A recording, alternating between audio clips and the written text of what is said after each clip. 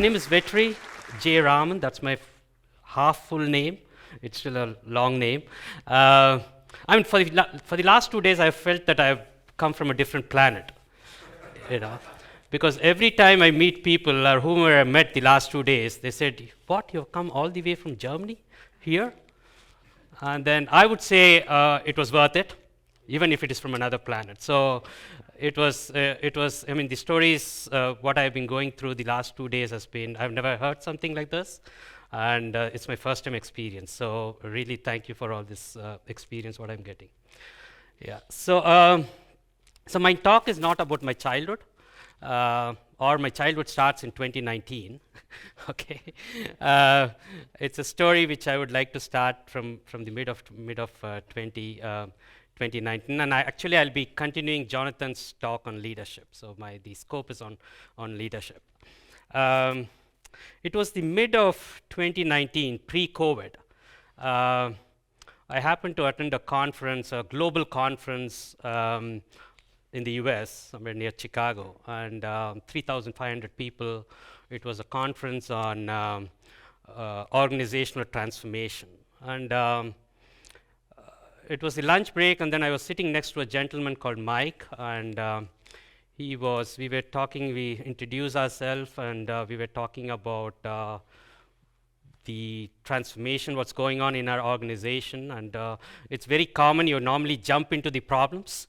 Okay, you don't normally start with what's positive happening in my area. It's always jumping into the problems. So we immediately jumped into leadership gaps, in his organization, and the barriers for the transformation in his organization. And I shared my story, and he shared his story. And after we shared each other's story, we immediately realized that, oh, we have heard this story before,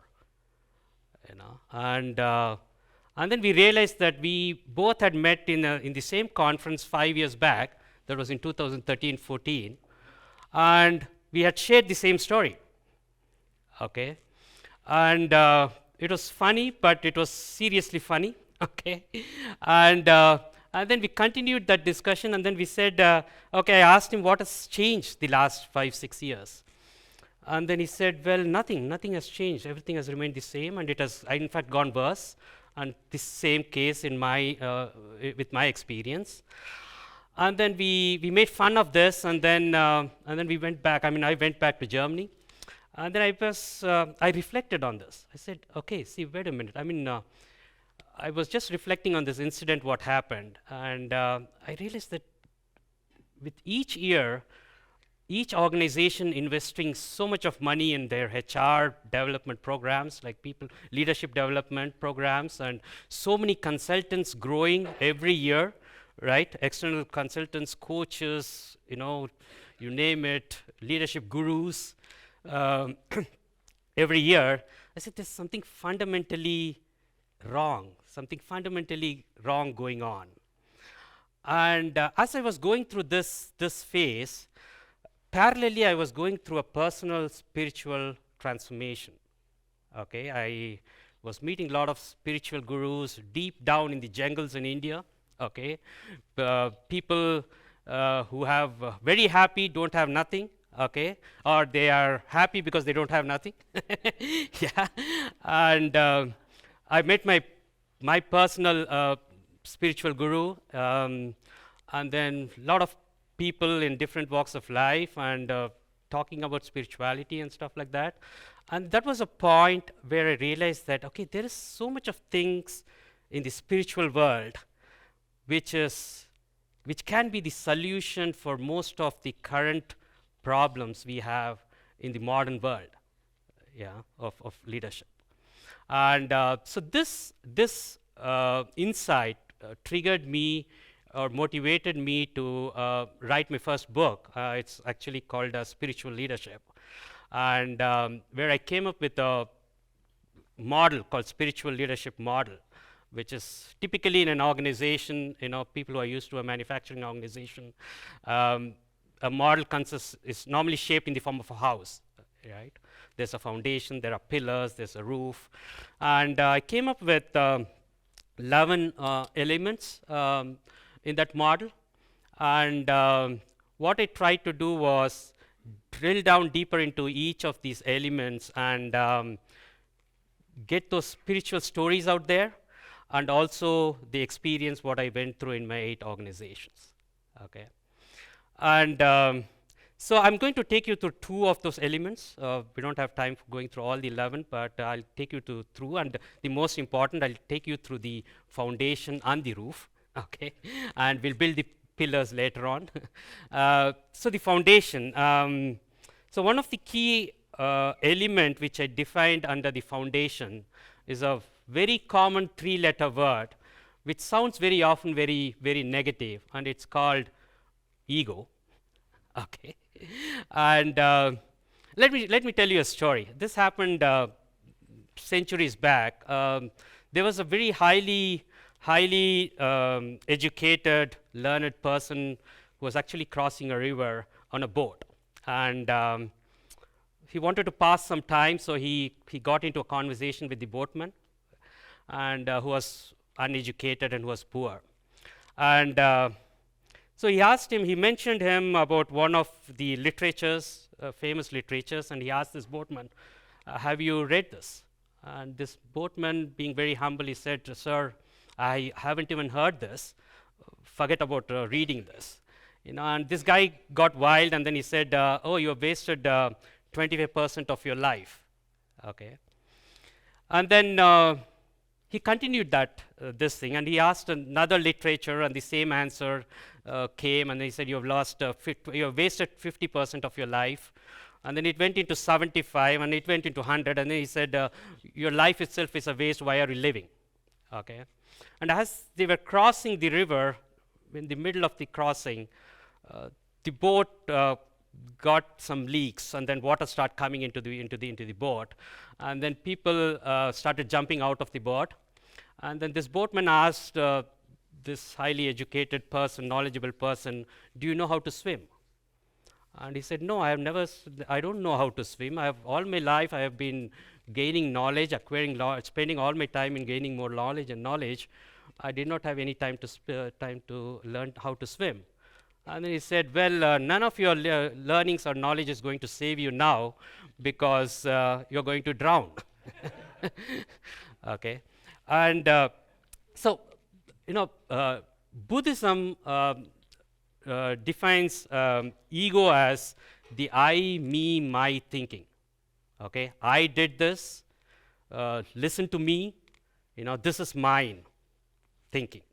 Okay, and people being so obsessed with focusing on being in control, being more and more focused on being in control, more and more focused on being the best, more and more focused on being a perfectionist, brings in lot of ego around it. And a small story from my organization: I was attending the annual town hall in one of my previous organizations, and leaders were coming on to the podium, and then they were really presenting the results, and they were talking about how the year was. And then I was just counting the number of times they use the letter I. Okay, I was just trying to figure out the I, me, my thinking, how often they have been using. And I think it was like 10 minutes into the town hall, and then I stopped counting because it was too much for me.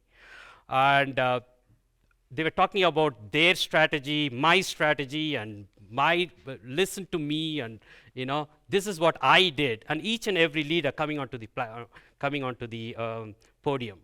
And this was what struck me when he said, when a leader talks always about I, organization can never be successful. Yeah, not in the long term.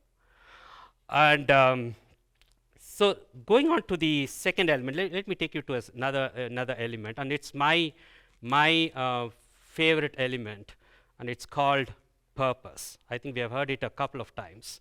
Yeah, and let me start this with a small story. I mean, I was into this company, a multi-million company. I was standing in front of the leadership team, and I was actually doing training on where's Jonathan? On servant leadership. Okay, and it was my third week into the company, and I was standing in front of them, and then there were like people all senior VPs and senior directors, 20, 25 years in the organization. I was 3 weeks old, literally. I was 3 weeks old in the organization and did not know anything about the industry. And then I started off, before I kicked off the training by asking them this question. I asked them, what's your purpose in the organization? Why do you come every day to office? Okay, why do you put on your clothes, your tie, and everything? Why do you come every day to our office? And what's your purpose? And there was a pin drop silence. I didn't realize that the question was so difficult. Okay, and there was pin drop silence for 30 seconds. And that's when you know the value of a second, right? 30 seconds is such a long time. Yeah. And I waited for, say, 30 seconds, and then people slowly started talking about, mentioning about setting goals, defining a vision for the organization, and that's, And then I happened to, I just looked back on the wall, and then they had those, their performance metrics, okay. I don't know how many of you have manufacturing, work in the manufacturing sector or have a manufacturing background, a couple of them. So they had these goals on the wall which was classified as, safety, quality, delivery, people engagement, and then cost, productivity, efficiency, whatever it is. And there's 6 titles out there, and then I said, if there's one thing which you have to pick as senior leaders in the organization, what would that one thing be? What is the most important, topic? What is there out of the 6? And there was a 10-second silence, so it was better than 30 seconds. And then most of them said safety. Couple of the quality directors said quality. Okay, the supply chain guys said delivery, and that was it. Not one of them said engagement. Okay, not one. And if these leaders in an organization do not understand are not clear on the purpose why they exist in the organization, how do you expect the rest of the organizations know what their purpose is as they come every day to office? Yeah, to this thing. I mean, the 3 most common words what you hear very often in this modern world is guru, okay, mantra, and what the other one? Karma. Right? You hear this very often, right? It's used very on a day-to-day life. They all come from, they are actually Sanskrit. It's an Indian language, one of the most oldest language. It comes from a Sanskrit language. And how many of you know what a guru means? We hear it very often, every day. Specialist, expert. Okay. Wise person. Okay. Guru. It's actually a 4-letter word. It consists of 2 parts. Gu, G-U. It actually means darkness or ignorance. Okay, and Ru, R-U, means to destroy. Somebody who destroys, a person who destroys the ignorance of his disciples or of his peoples is considered a guru. Okay, and taking this is the purpose of a guru. This was the way it was defined thousands of years back. Okay, and taking this definition, I'm just going to leave this with a question. How can we use this definition of somebody who destroys the darkness or ignorance of his people to what the purpose of a leader is? And how can we use that to define the purpose of a leader? I'm going to leave this with a question. So concluding my talk, I mean, when I reflect on my 20 years of professional life, 6 to 7 different industries, 8 different organizations, 8 different leadership teams, okay, what I've experienced. One thing what I have realized is deep underneath the common leadership qualities or characteristics such as delegation skills, motivation skills, communication skills, what you normally hear on a day-to-day basis.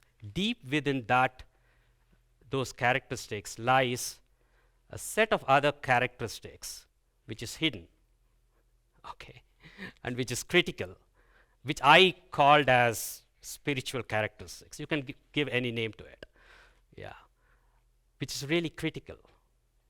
When we are working on the common characteristics, we are working only on the symptoms, okay. The root cause, the root problem in leaders is those underlying characteristics, which is deep down in the skin. And only if we act on that will we be able to solve today's leadership problems and also improve the organizational transformations. I'll be going to this conference again, okay, and I'll find where Mike is again, okay, whom I met in 2019, and I'll make sure that I don't sit next to him because we don't share the same story again. Thank you guys for your patience and time.